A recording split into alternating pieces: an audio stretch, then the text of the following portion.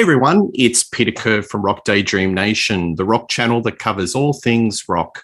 Please don't forget to subscribe, helps the channel along. Today, I've got my buddy from Texas, Reed Little. How are you, mate? Doing great, Peter. Thanks for inviting me on again. Looking forward to this chat as always. Absolutely, absolutely. So what we're doing is a little bit of a rock postcards, and Reed has sent me something across the Pacific. He has sent me through the album Fountains of Wayne, Welcome Interstate Managers from 2003. So I'm just going to talk about the tracks, what I like, what I don't like. Maybe we'll start it off with you, Reed. Tell me about your relationship with this album and take it from there. All right. So not exactly sure when the first time I heard Fountains of Wayne was. They're one of those bands that just kind of shows up periodically, right? And this was back when it was still in my heavy metal, my exclusive heavy metal days.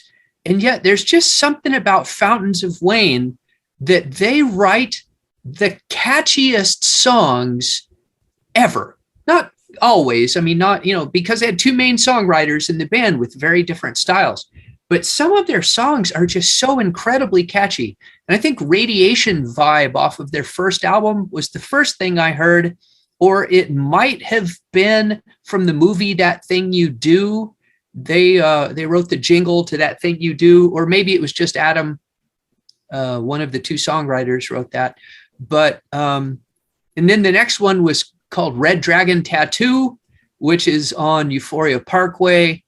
And again, they're just so damn catchy. I was like, okay, this isn't really my thing, but I've got to check these guys out. And I really just got into them.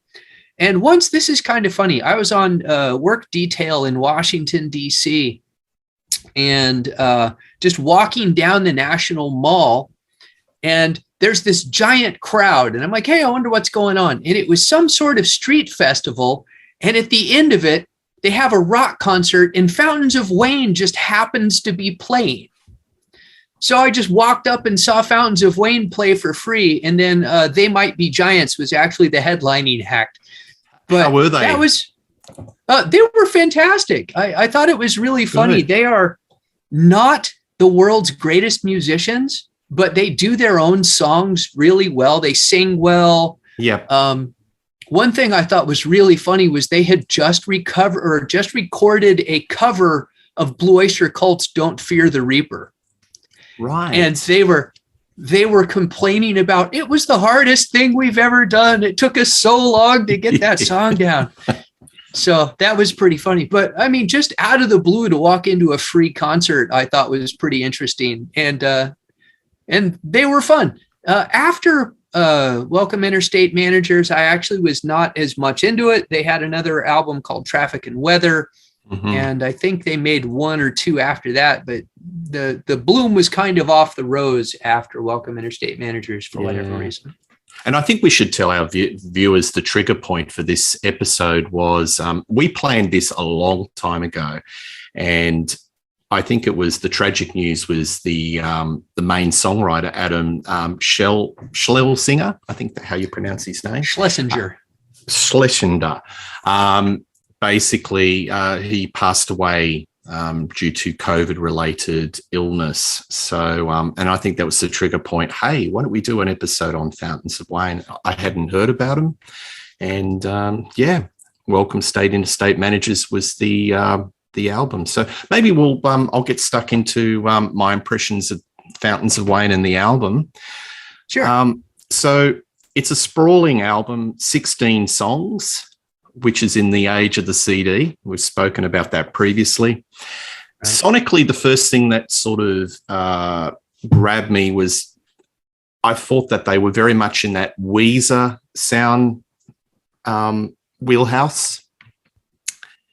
There's a little bit of Matthew Sweet, and there's also a little bit of harking back to classic rock, maybe Beatlesque, maybe a little bit of Paul McCartney. The first track on the album is Mexican Wine, and the lyrics just pop out of the speakers. They're very witty. So the lyrics all the way through are intelligent They're satirical, they're ironic, and they're a cut above the college rock band that you normally used to hear in the alternative 90s or the 2000s, the early 2000s. So I've transcribed the opening lyrics to Mexican Wine. He was killed by a cellular phone explosion. They scattered his ashes across the ocean.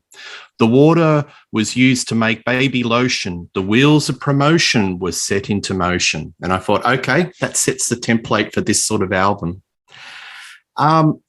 This song, Mexican Wine, I think it's a bit of it talks about the middle-class aspirations, the suburban desperation. And it's about somebody that, you know, probably a couple of generations after us, Reed, where they try to change, but they can't. There's an ongoing lyric in this song, in the chorus. I tried to change, but I changed my mind. And that sort of sums up that generation, whether it's Generation Z or whatever they call the generation at that particular time, Reed. Right.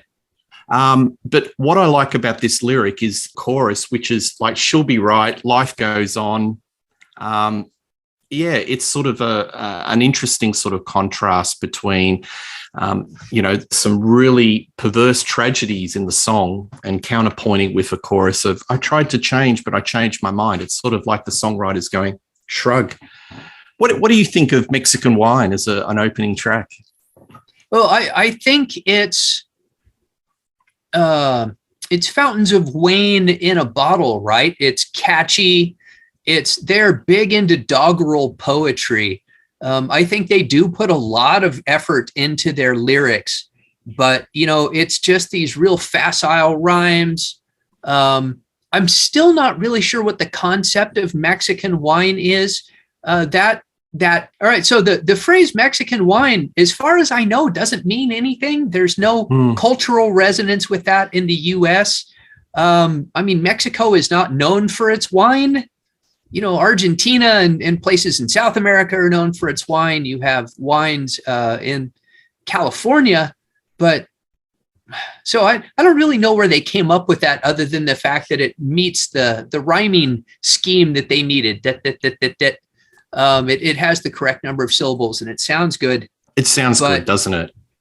That's the thing about their language, is even when they're making these doggerel rhymes, it all fits together. It all fits the mood of the song, which a little bit later, we're going to hit some songs where I think that actually works to their detriment. But in this one, it's a great opener. It's happy. It's upbeat. Yeah.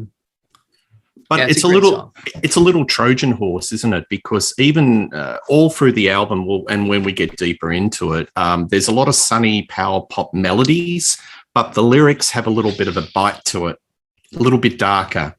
So yes, yeah, that's what I sort of call it, Trojan horse pop. All right.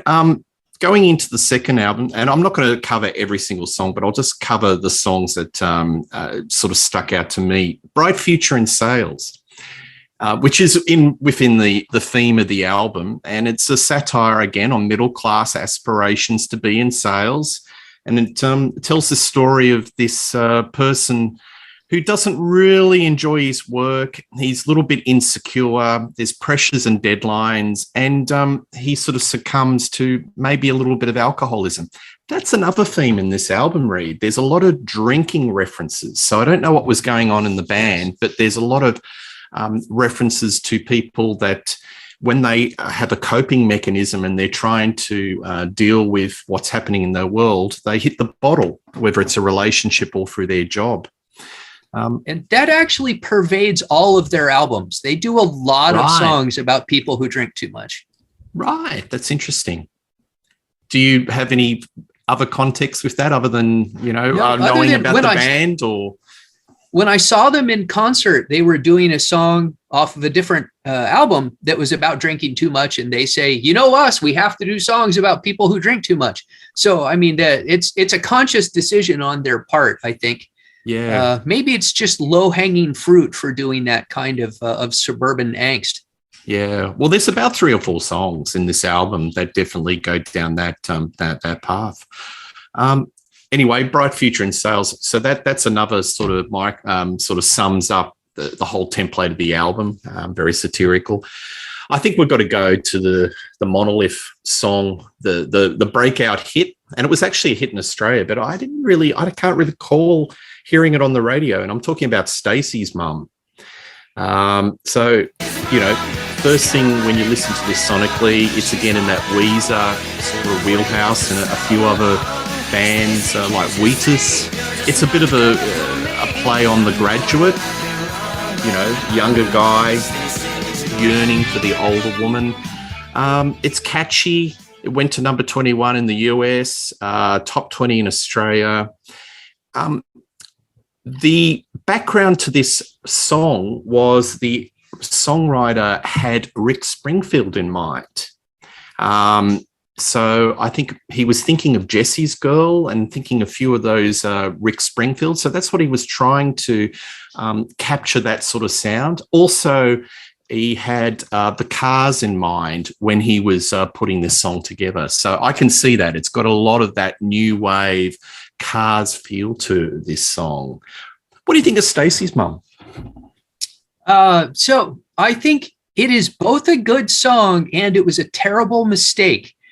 Stacy's mom was like the beginning of the end for the band, because it became, now they were never a big band. They were always like nipping at the heels of success. And they knew that if they put this song out, it would be the song that they were forever known as, the band that did Stacy's mom. And that's not really what half of the band wanted to be, right? I think this is Adam Schlesinger's song. And Rick Ocasek, if I'm not mistaken, actually produced this album, or maybe just this track. I did not look that up. I don't think he did. No, he didn't. But he did make reference to it, the song, because a lot of people were referring that it sounds very similar to Just What I Needed. Oh, yeah, it's an absolute Cars ripoff. And of course, they had a video featuring Australian supermodel Rachel Hunter. She is Australian, right? Kiwi. Sorry. Oh, sorry. Well, our Kiwi viewers might go, oh. Kiwi anyway, supermodel Rachel Hunter. Down under. Down under. And what a gorgeous woman she is, and featured in that video, which the video is a ripoff of a movie called Fast Times at Ridgemont High, which I don't know if that was popular in Australia, but if you're my age in the US, that was all over cable when you're exactly at the right age for, teenage sex comedies to appeal. We've got to do another show on that. We've got to do a show on that because that's one of my favorite films. I think it's just spot on. Yes. This song was weaponized nostalgia. I'm actually surprised it didn't go higher than 21, because it really had everything. It's a great power pop song. It has that amazing video in it, or with it. But it wasn't what most of the band wanted to be, and they just never really overcame that. And they never approached that level of success again. So it would be fair to say in the States, this band is regarded as a bit of a one-hit wonder? Yes. For people who even know the one hit. And I think it was very much a generational thing. After we left the 90s, they got left behind pretty quickly, or the early 2000s, I guess, the early 2000s. Yeah. But their commercial success began and ended with that one song. Yeah, yeah. Well, when you're doing a video clip, which harks back to another movie, which is well regarded in a lot of people's sort of consciousness, and you got the sound that's sonically like the Cars, on paper, it's a guaranteed hit, isn't it? So, yeah. But it does stick out from the rest of the album. It is so sonically different to the rest of the album, because as we get deeper into the album, there's a lot more introspective sort of songs that are completely the opposite of Stacy's mum. An example is, and I'm skipping a few songs here, is No Better Place. So you've got a jangly power pop song, and when I was listening to this, I was thinking this sounds very much like Matthew Sweet in the Girlfriend era. Yes. And the lyrics are, the girl leaves the guy. He tries to convince her that it's a really bad idea, and he resorts to drinking. Another common theme. But it's got a emotion. It's got pathos in it. And I just think this is completely the opposite to Stacy's mum. And what do you think of No Better Place?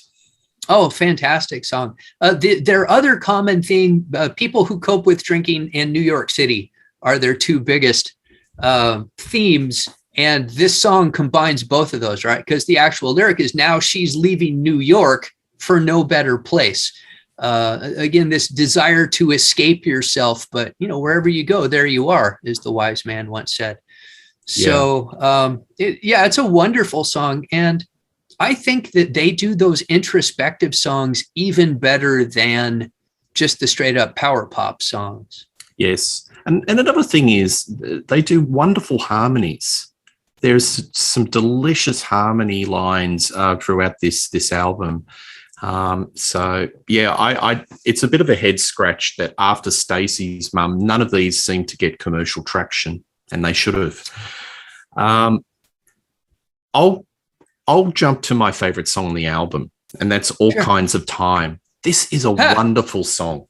Wonderful song. And when you look at the lyrics, it's off the wall. It's a song about a quarterback who's into space on the field and throwing a ball, and how time stands still. And he's reflecting on everything around him, about his mum, his dad, his relationships.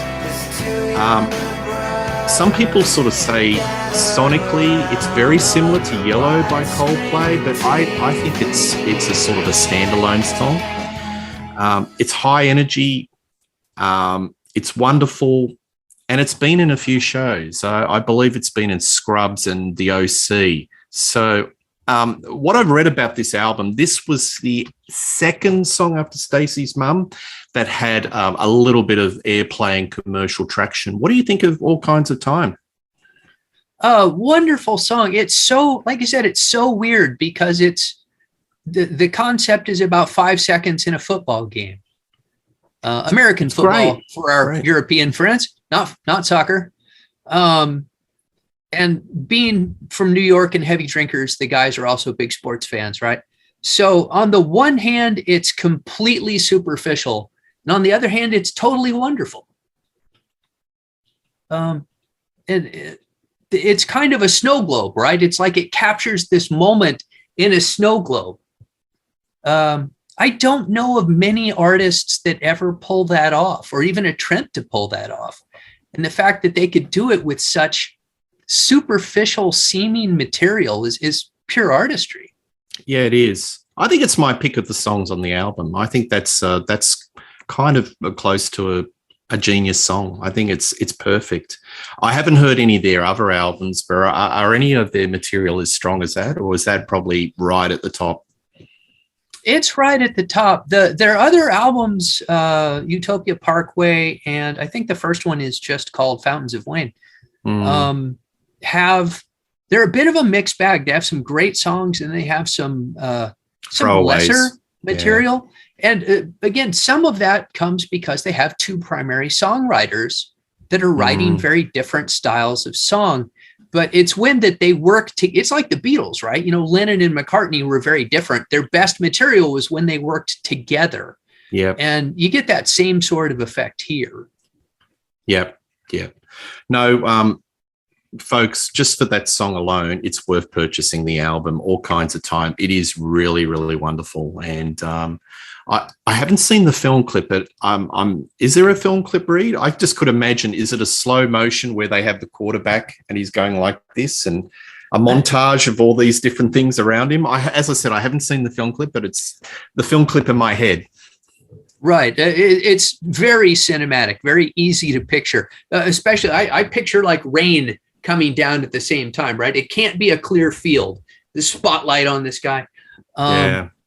So I don't know if they made a video for it, but again, because it wasn't Stacy's mom, it was never going to match up. Once people decide that's what we want the new Cars, And that's not what Fountains of Wayne was. They were always going to be on the road to failure at that point.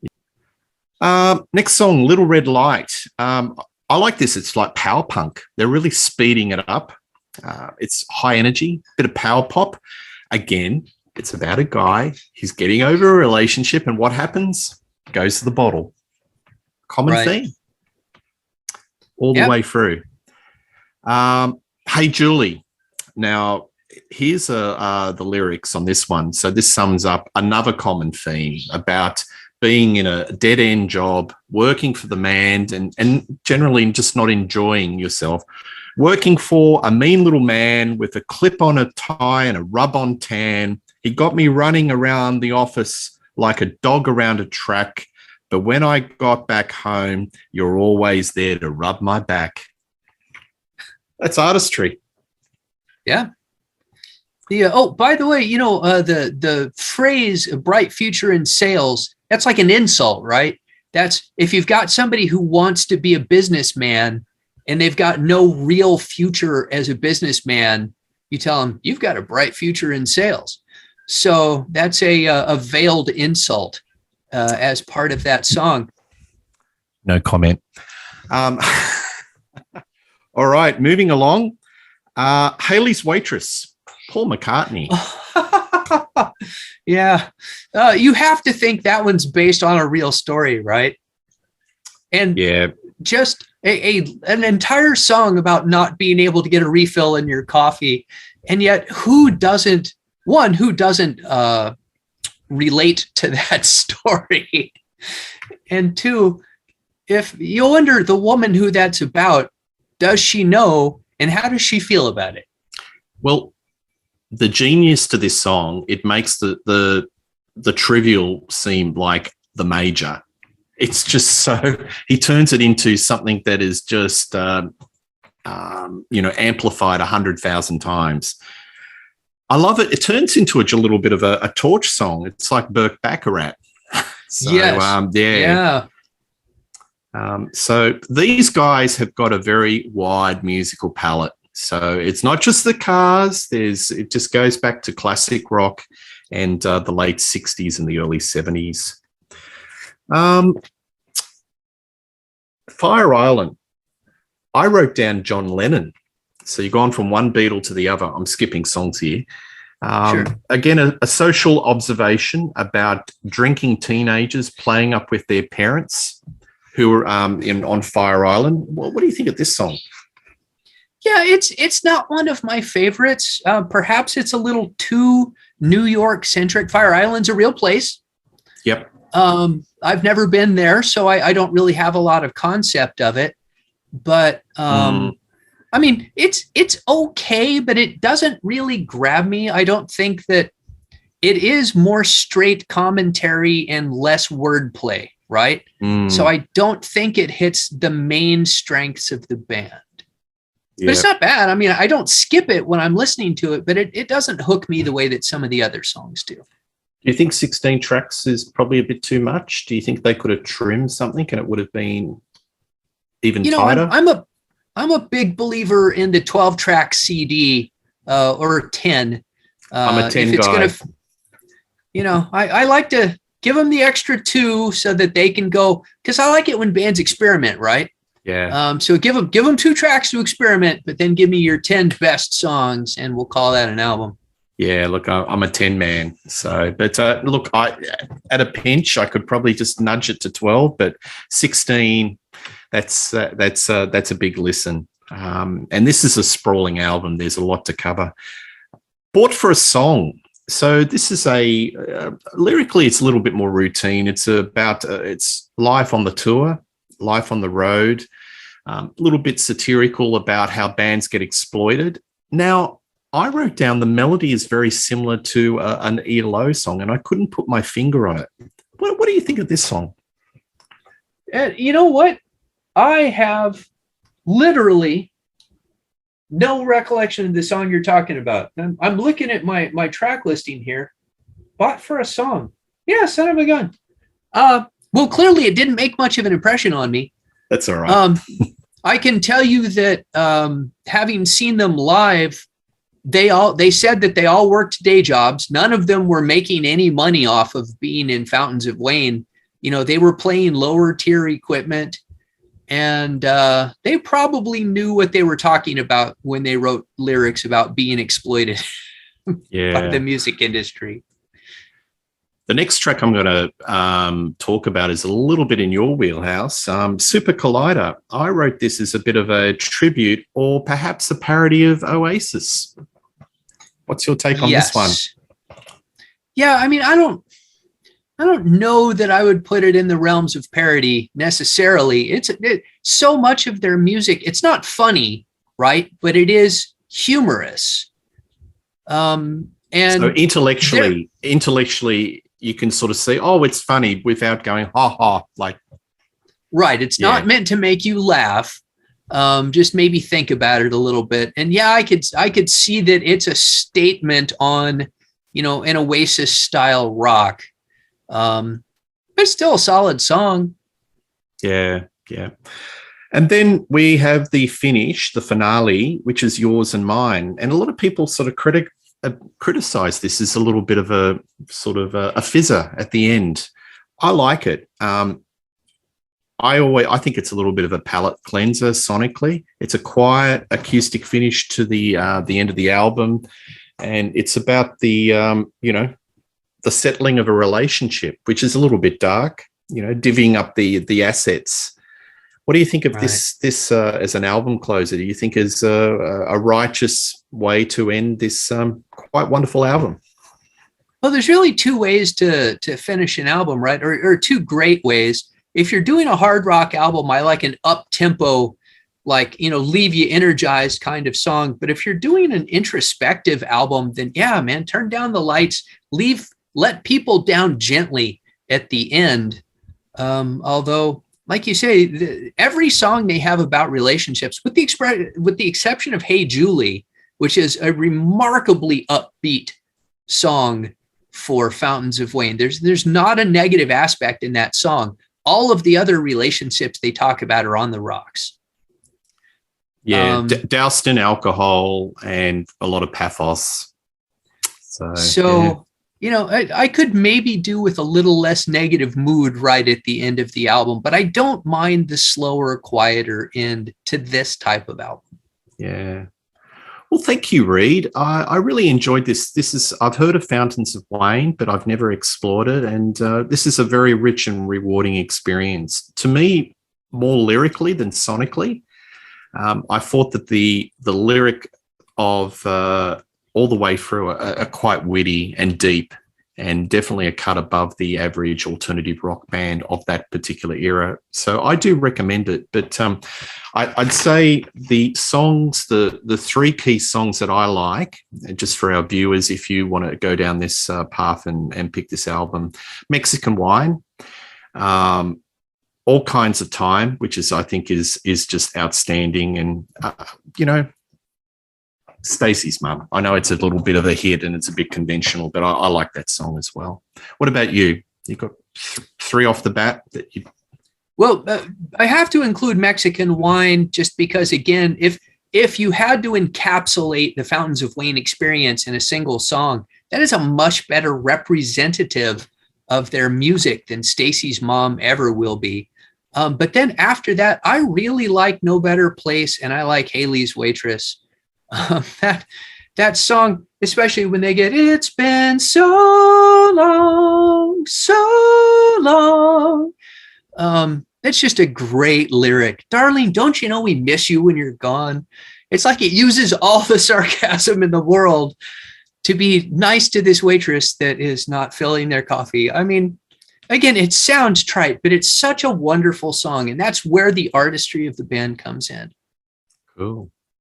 All right. Well, thank you very much, Reed. You can see Reed on the Contrarians, and he's on a lot of other channels at the moment. And please like and subscribe to Rock Daydream Nation. And Reed and I will, guarantee we'll be doing a show very soon. All right. Cheers. Thanks, Peter.